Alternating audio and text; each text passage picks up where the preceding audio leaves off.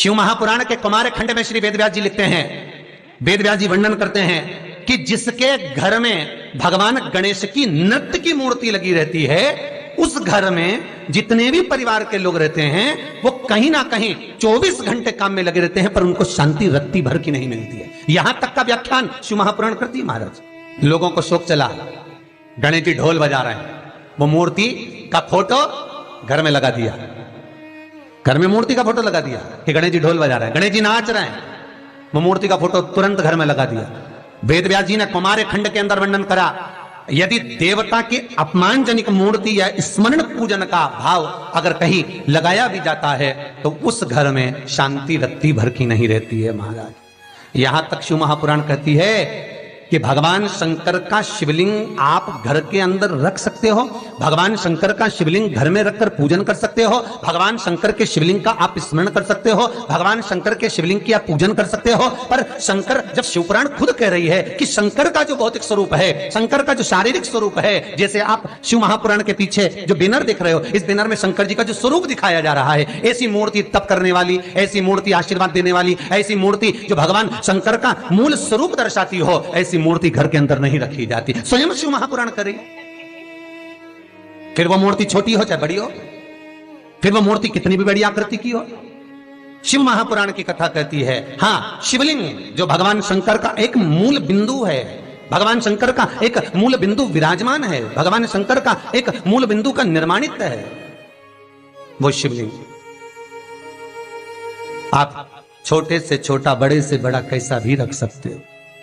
शंकर को एक बेलपत्र भी अगर हम समर्पित कर रहे हैं तो वो आखी हो, एक चावल का दाना भी हम शिव को दे रहे हैं तो वो आखा हो, एक पुष्प भी अगर हम भगवान शंकर को दे रहे हैं तो आखा होना चाहिए, श्रीफल भी दे रहे हैं तो आखा होना चाहिए। इसलिए शंकर जी के मंदिर में नारियल नहीं फूटता, आखा।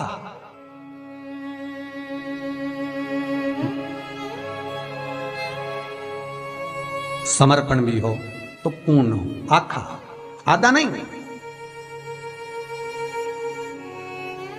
कुएं के पास की सफेद दुर्वा, कुएं के पास की सफेद दुर्वा, यदि 41 दुर्वा प्रत्येक बुधवार को गांठ लगाकर गणेश जी को समर्पित कर कर वापिस उठाकर उस दुर्वा को खाली पेट, आपके घर में भी गणेश जी होंगे, उनको समर्पित करो, खाली पेट इस दुर्वा को केवल चबा चबा कर खा लो और आधे घंटे बाद पानी को पी लो। बुधवार की बुधवार 5 बुधवार करना, गणेश जी को चढ़ाना, सफेद दुर्वा को गणेश जी को समर्पित कर कर चबा चबा कर खाना। उदर की प्रॉब्लम, जो भी मसा आदि की प्रॉब्लम होती है, उदर से जुड़ी हुई होती है, जिस चीज से जुड़ी होगी, पेट की जितनी प्रॉब्लम होगी आपको, जितनी भी प्रॉब्लम होगी वो सारी 5 बुधवार करना, छठे बुधवार को जरूरत ही नहीं पड़ेगी। कितनी भी प्रॉब्लम हो पेट से, कितनी पेट से जुड़ी हुई प्रॉब्लम जितनी भी होगी, समाप्त। यही दुर्वा शिव महापुराण की कथा कहती है, यदि पंचमी तिथि के दिन, चतुर्थी के दिन 7 गांठ वाली दुर्वा 21 ले लो और चतुर्थी के दिन गणेश जी को समर्पित कर दो। पंचमी तिथि को उस दुर्वा को उठाकर दूध में डाल दो और उस दुर्वा को दूध में डालकर उस दूध में उस दुर्वा को मल लो, और जिसके सफेद चमड़ी पड़ गई हो, चर्म रोग हो गया हो, उस दूध को उस दुर्वा के साथ, दूध नहीं भी हो तो पंचमी के दिन दुर्वा का लेपन शरीर पर कर लें। आधे घंटे तक करने पर पंचमी को प्रदोष काल में स्नान कर लें। महाराज, आपको चर्म रोग में आराम लग जाएगा, सफेद चमड़ी अपने असली रंग में आना प्रारंभ हो जाएगी। गणेश पुराण दुर्वा का मूल बता। महाराज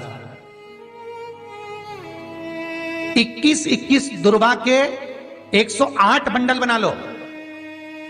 अगर एग्जाम में बैठ रहे हो, सरकारी परीक्षा में बैठ रहे हो, पास नहीं हो रहे, नौकरी नहीं लग रही, बहुत जगह इंटरव्यू दे दिया, 21 दुर्वा के 108 बंडल बनाओ, उसकी माला बनाओ और देवी के मंदिर में, माता जगदम्बा के मंदिर में, अर्थात जहां शंकर पार्वती पूर्ण परिवार विराजमान हो, ऐसे देवी के मंदिर में गणेश जी के गले में वो माला अर्पण करिए हैं, अपना नाम बोलकर और जिस एग्जाम में बैठ रहे हैं उसका भाव वर्णन कर कर। महाराज और वहीं से एक पुष्प लेकर अपने कमरे में जहां पढ़ते हो कांच की प्लेट में उस फूल को रख दीजिए और दूसरे दिन एग्जाम के लिए चले जाइए, आपको उसका फल अवश्य मिलेगा, अवश्य मिलेगा। आप उसमें उत्तीर्ण होंगे, फल प्राप्त होगा। दुर्वा सुख का अनुभव करा देता, आनंद का अनुभव। महाराज भगवान के मंदिर में पहुंचकर ये 5 दर्शन मनुष्य नित्य करता है। पहला भगवान के चरणों का, दूसरा भगवान के नाभि कोश का, तीसरा भगवान के वक्षस्थल का, चौथा भगवान की शिखा का और 5वां भगवान के नयन का।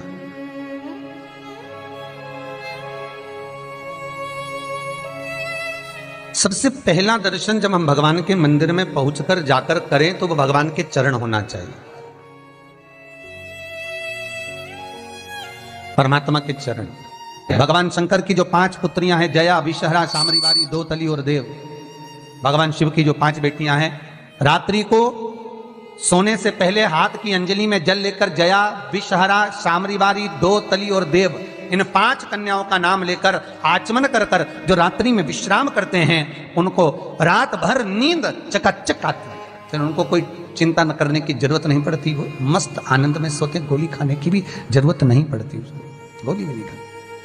अरे भैया, गरुड़ पुराण में एक लाइन आती है, बड़ी सुंदर है, गरुड़ पुराण का 3रा अंश, उसमें यहां तक लिखा है, किसी डॉक्टर को जाकर आप दिखा रहे हो, वो इंजेक्शन लिख रहा है या इंजेक्शन लगा रहा है, उसमें भी आपका कर्म का भाग है,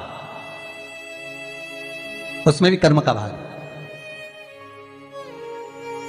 पूरा शहर छोड़कर इंदौर दिखाने जा रहे हो, पूरा शहर छोड़कर भोपाल, दिल्ली, मुंबई, अपना गांव, अपना नगर छोड़कर वहां के डॉक्टर के पास जा रहे हो, उस हॉस्पिटल में जा रहे हो।